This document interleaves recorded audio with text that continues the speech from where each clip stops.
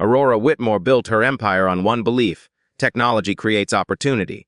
So when she offered two young men high-paying internships at a public event, she expected gratitude. Instead, she received a refusal. Not emotional, not angry, deliberate. They didn't want jobs. They wanted answers about why their mother lost hers when her company automated their workplace. And suddenly the crowd wasn't applauding anymore. Downtown Detroit pulsed with curated optimism that afternoon, banners stretching across Woodward Avenue announcing Billionaire futures, investing in the next generation. Booths lined the plaza in organized rows, each displaying handmade products, startup concepts, and coded prototypes assembled by young entrepreneurs hoping to be seen. At the center of the attention stood Aurora Whitmore, founder of Billionaire Systems, her presence framed by cameras and foundation branding. She wore a tailored ivory suit that reflected the late summer sun, composed and unmistakably in control of the narrative unfolding around her. Aurora had built her reputation on measurable impact. Billionaire Systems dominated automation infrastructure and adaptive AI platforms across multiple industries, and her philanthropic arm had positioned her as a leading force in urban economic reinvention. As she stepped to the stage, reporters angled microphones toward her, anticipating a headline moment. She announced a live micro-investment initiative, pledging immediate internship placements and seed funding for promising youth, led ventures identified that day. The crowd responded with applause calibrated by hope. Among the rows of booths, Mason Cole and his younger brother Elijah stood behind a folding table displaying refurbished laptops, circuit boards, and neatly labeled pricing cards. Their setup was minimal but deliberate. Each item had been restored with precision, each service clearly itemized. Mason handled customer interactions with steady restraint, while Elijah adjusted internal components of a disassembled tablet with technical focus beyond his years. They did not chase attention. They worked. Aurora noticed them before her foundation advisors did. The pricing structure on their handwritten placards mirrored the logic of scalable service tiers. The repairs were not cosmetic. They were functional. She moved toward their booth with cameras trailing discreetly behind. After a brief assessment of their technical skill and presentation, she made a public gesture.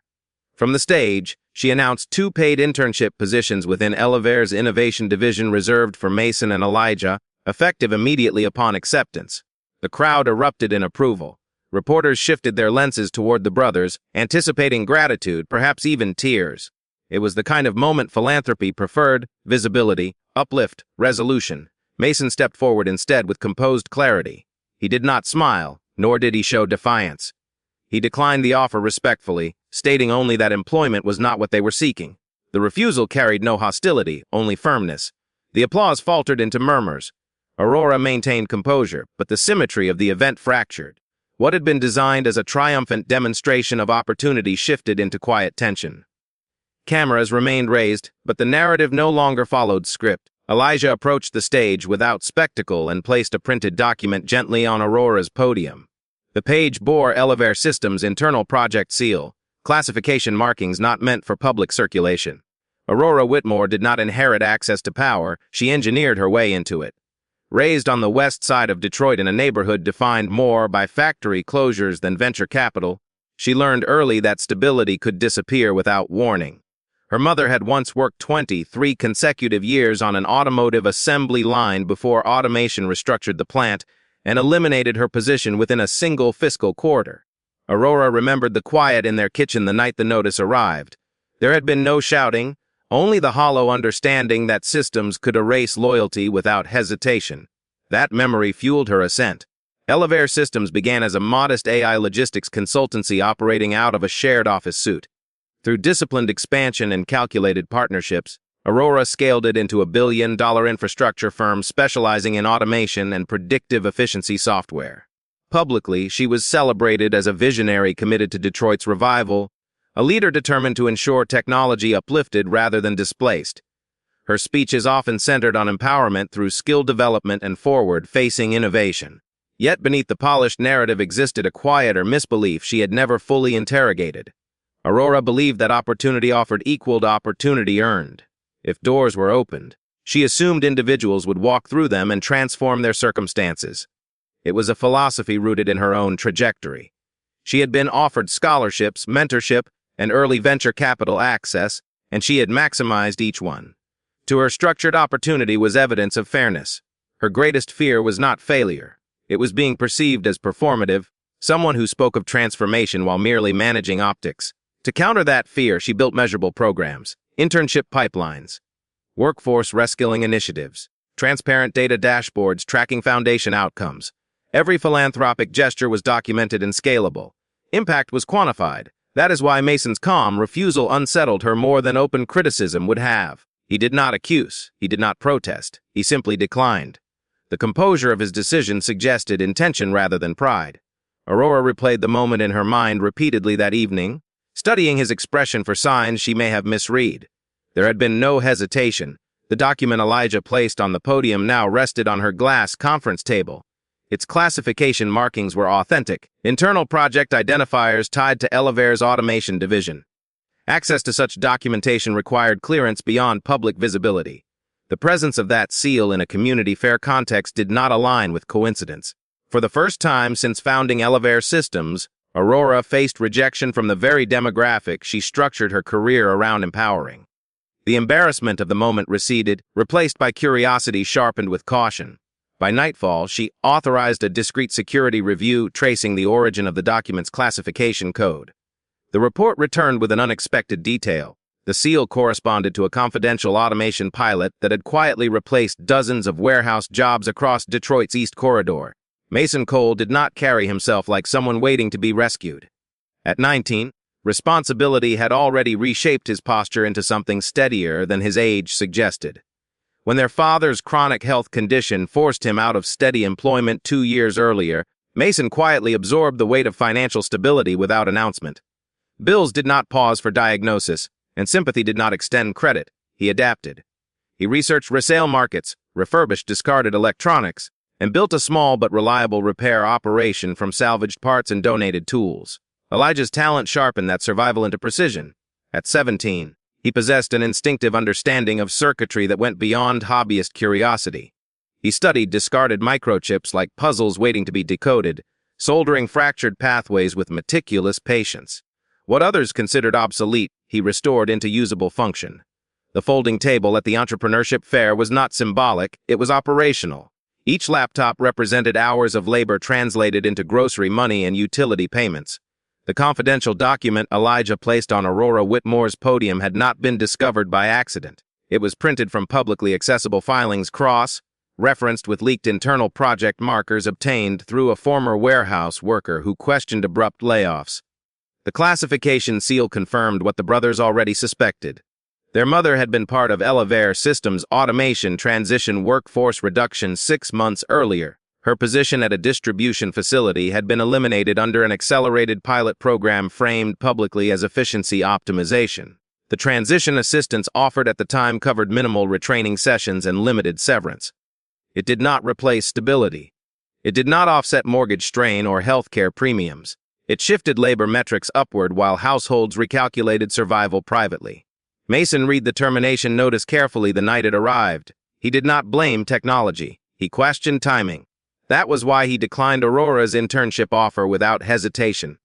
Employment within Elevaire would have provided immediate income and prestige, but it would not address the structural imbalance that destabilized his family. They did not want proximity to power, they wanted acknowledgement of consequence. Charity, to them, felt transactional. Accountability felt structural. Media outlets began reframing the fair's viral clip within hours. Commentators debated whether Elevaire's automation practices disproportionately affected local workers. Opinion columns speculated about tension between technological advancement and community impact.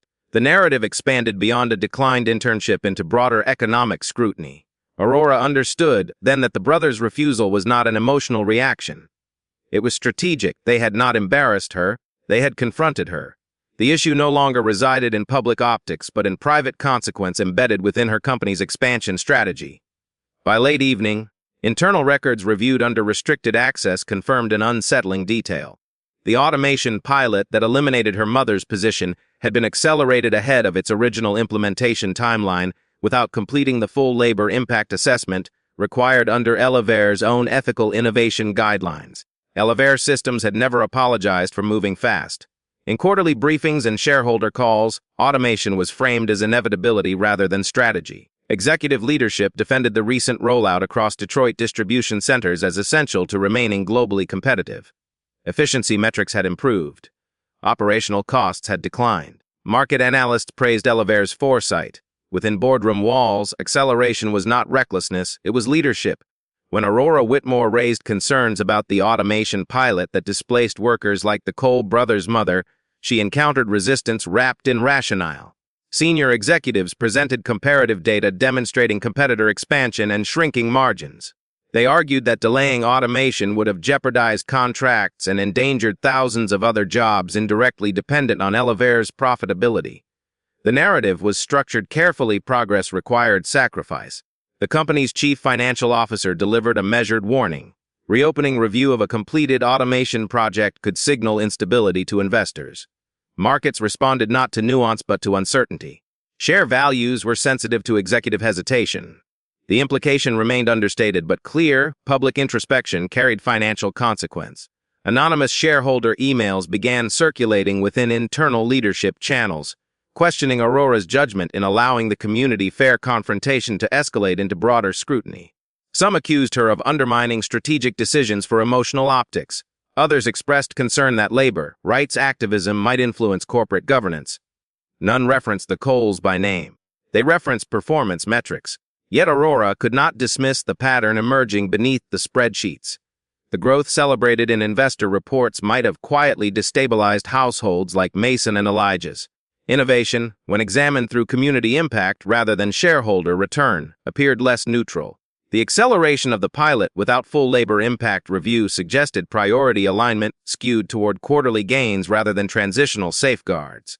Rather than retreat into damage control, Aurora authorized an independent labor impact audit led by compliance officer Grant Holloway, a methodical analyst known for procedural precision rather than political positioning. Holloway's mandate extended beyond surface-level metrics. He examined severance distributions, retraining participation rates, and job placement outcomes following automation deployment. His team cross-referenced internal projections with publicly disclosed figures. Preliminary findings revealed inconsistencies. Transition support had been presented as comprehensive, yet participation tracking lacked verification. Some retraining sessions were scheduled after termination dates rather than before. Severance calculations adhered to minimum legal standards but diverged from internal ethical benchmarks promoted in public messaging. As Holloway's audit expanded, the language surrounding innovation shifted within Aurora's private reflections. What had once symbolized advancement now resembled displacement disguised by polished terminology. Efficiency gains appeared inseparable from overlooked consequences. Late one evening, Holloway transmitted an internal forecasting document retrieved from archived executive planning sessions. The projections estimated workforce reductions at nearly triple the publicly reported figure during the first automation phase, contingent upon accelerated implementation across additional facilities.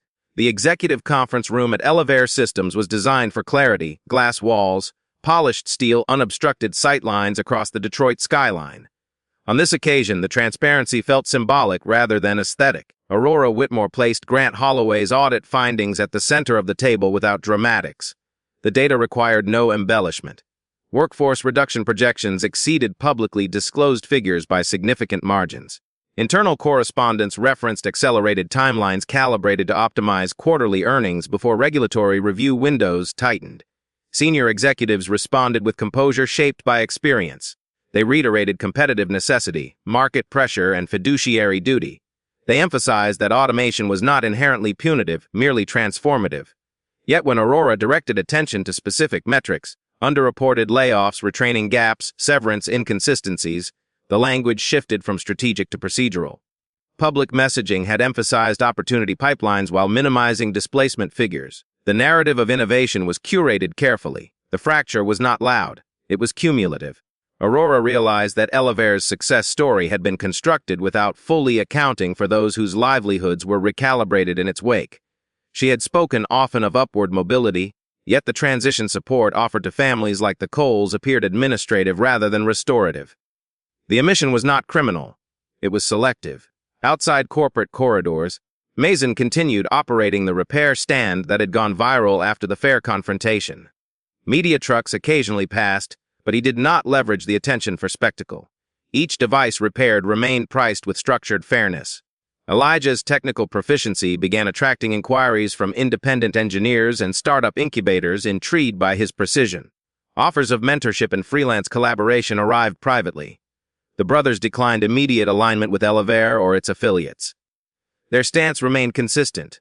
They did not seek employment. They sought systemic correction. Aurora observed their steadiness with increasing clarity. The internship she offered at the fair had been genuine, but it addressed individual advancement rather than collective consequence. A job could elevate Mason and Elijah personally. It could not retroactively stabilize the households affected by the accelerated automation rollout. Trust eroded at scale required repair at scale. The board urged caution, advising incremental messaging rather than sweeping admission. Investors monitored volatility metrics. Analysts debated whether Billionaire's public accountability would enhance long-term brand integrity or trigger short-term decline. The crossroads was no longer about perception. It was about structural responsibility. Aurora authorized preparation of a revised labor impact disclosure report intending to reconcile internal projections with public filings. Before the draft could be finalized, local journalists published excerpts from leaked executive email chains. The messages referenced target displacement thresholds, aligned deliberately with earnings cycles, and discussed minimizing community reaction through phased announcements. The leaked email chains altered the tone of public discourse almost overnight. What had begun as a viral clip of a declined internship transformed into a broader corporate accountability controversy. News outlets reframed the community fair moment not as embarrassment, but as exposure. Analysts dissected executive language referencing target displacement thresholds and earnings-aligned implementation. The phrasing felt clinical, yet its implication carried weight. Automation was no longer abstract progress. It was quantified job removal tied deliberately to financial cycles. Outside Billionaire Systems headquarters, protest groups assembled with measured determination. They carried printed excerpts of the leaked emails and photographs of former warehouse workers affected by the pilot. The demonstrations remained orderly but persistent, fueled less by anger than by a sense of recognition. For many, the controversy symbolized a familiar pattern, innovation advancing faster than community safeguards. Cameras broadcast live feeds of the building's glass facade reflecting crowds that once celebrated its presence in Detroit's renewal narrative. Investors responded with caution sharpened by volatility. Advisory calls suggested Aurora Whitmore consider temporarily stepping back from public commentary to stabilize shareholder confidence. Some framed the controversy as reputational risk disproportionate to operational scale. Others warned that acknowledging fault could invite regulatory review beyond automation practices. The pressure was strategic rather than emotional. Markets valued certainty above confession. For Aurora, the risk felt existential. Everything she built under the banner of urban empowerment now faced reinterpretation. Billionaire Systems had been positioned as a model of ethical innovation anchored in Detroit's resurgence. If that narrative collapsed, it would not be due to external sabotage but internal omission. The fracture lay in credibility. Rather than retreat, Aurora convened a press conference within Billionaire's headquarters lobby. She acknowledged oversight gaps in workforce transition reporting and committed to a restitution review structured independently of executive leadership. The statement avoided defensiveness. It emphasized correction over explanation. While critics debated sincerity, the admission altered tone from denial to accountability. Mason and Elijah declined invitations to appear on national talk programs. They continued operating their repair stand with consistent discipline, avoiding rhetoric. Their refusal to monetize visibility reinforced their position. The issue was not fame. It was structural recalibration. The confrontation transcended individual grievance and became emblematic of broader economic tension between automation efficiency and labor security. Community forums organized discussions about technological progress and transitional safeguards. Policy analysts weighed in on regulatory frameworks. Billionaire's internal decisions now intersected with national debate. Late in the evening, Grant Holloway delivered a confidential update. His audit had uncovered documented executive-level approval instructing communications teams to suppress specific community impact at projections before public earnings announcements. Billionaire Systems had weathered volatility before, but never under scrutiny so directly tied to its ethical foundation. Aurora Whitmore understood that incremental adjustments would no longer suffice. The issue was no longer whether automation had been executed efficiently. It was whether its consequences had been accounted for responsibly. In a decisive internal memorandum, She suspended executive performance bonuses pending the completion of Grant Holloway's audit and the restitution review. The decision disrupted long-standing compensation structures and signaled a shift from performance metrics toward accountability metrics. Shortly thereafter, Aurora announced the formation of a Detroit Community Reinvestment Fund financed directly from a fixed percentage of automation-driven profit margins. Unlike prior philanthropic initiatives, this fund would operate independently of Elevair's marketing division. Its mandate extended beyond job placement assistance into mortgage stabilization grants, healthcare transition support, and technical retraining partnerships with local trade institutions. The language of the announcement avoided self-congratulation. It acknowledged oversight gaps as catalysts for reform. More significantly, Aurora proposed a workforce apprenticeship model designed by displaced employees rather than solely engineered by corporate strategists. The program would embed retraining opportunities within automation facilities before job displacement occurred, allowing workers to transition internally rather than externally. This structural adjustment reframed innovation as inclusive rather than extractive. For the first time since the controversy erupted, Aurora prioritized systemic correction over shareholder appeasement. The decision carried financial risk. Analysts projected short-term margin contraction. Some board members cautioned that redistributing automation profits could signal vulnerability to competitors. Yet Aurora's calculus had shifted. Stability without integrity now appeared fragile. Mason Cole agreed to participate in the advisory panel overseeing the reinvestment fund, but not as an employee. His role would be defined as stakeholder representative, ensuring affected families possessed direct voice in policy design. His acceptance did not resemble reconciliation. It resembled conditional collaboration. Elijah began collaborating with independent engineers and Elevair's Open Innovation Division to design a publicly accessible hardware training initiative. The curriculum emphasized repair literacy and decentralized technical education rather than corporate dependency. The definition of opportunity began evolving from employment under hierarchy to partnership within structure. Elevair's narrative shifted from offering jobs to sharing governance. Still, transformation invited resistance. During a closed-door board session, several members expressed concern that Aurora's reforms exceeded fiduciary boundaries. They argued that while restitution addressed community perception, it risked diluting executive authority and investor confidence. A motion was introduced to evaluate Aurora's leadership stability under expanded review protocols. The vote was scheduled for the following morning. The board vote concluded without spectacle but with consequence. After reviewing updated public trust metrics, investor stabilization reports, and preliminary findings from the independent audit, the majority elected to retain Aurora Whitmore as chief executive officer. Confidence had shifted, not because controversy had faded, but because transparency had altered perception. Elevair Systems' willingness to publish internal discrepancies signaled structural maturity rather than instability. Markets responded cautiously at first, then steadily. Within weeks, Elevair launched publicly accessible workforce transition reports updated quarterly. These disclosures detailed projected automation impacts, retraining participation rates, and restitution fund allocations. For the first time, displacement figures appeared alongside efficiency gains within the same investor briefing. Innovation and accountability occupied shared space rather than separate narratives. Analysts debated whether the model would become industry precedent. Mason and Elijah Cole's repair enterprise expanded through a structured foundation grant administered without ownership transfer or corporate control clauses. The funding supported equipment upgrades, workspace expansion, and apprenticeship stipends for other local youth. Elevair retained no equity in the venture. The distinction mattered. Independence preserved credibility. Months after the original confrontation, Aurora returned to the Detroit Community Entrepreneurship Fair. The atmosphere carried cautious anticipation rather than automatic celebration. This time, she did not stand alone at center stage. Beside her stood representatives from the Reinvestment Advisory Panel, including displaced workers and small business owners. When Aurora addressed the crowd, her message focused less on opportunity distribution and more on shared governance. She presented a new initiative, a community tech incubator structured as an equity partnership model. Rather than offering internships within Elevair, she proposed shared ownership stakes in locally incubated ventures funded by automation profits. The incubator's board would include community stakeholders with voting authority over capital allocation and training pathways. The offer differed fundamentally from the first. It was not employment under hierarchy. It was participation in structure. Mason accepted the partnership publicly, not as beneficiary but as co-founder representing families impacted by workforce displacement. His acceptance was deliberate, framed as conditional trust built on structural reform rather than individual advancement.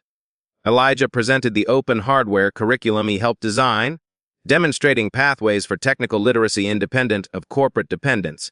The crowd's applause carried a different tone from the first fair. It was not applause for charity received. It was recognition of accountability reshaping opportunity. The moment did not erase past impact, but it redefined future alignment. As Elevair prepared to scale its reinvestment model nationally, internal analytics began identifying resistance within automation, dependent divisions concerned about reduced profit margins. Structural reform, it appeared, would require vigilance beyond a single city. If stories like this matter to you, stories that look beyond headlines and into the consequences behind success, consider staying connected. Share this with someone who believes leadership should mean more than profit. And if you value conversations about responsibility in a changing world, you already know what to do next. Because in the end, the real question isn't whether Aurora could afford to offer them a job. It's this: if your success came at a cost you didn't fully see at the time, would you call it progress, or would you feel responsible to repair it?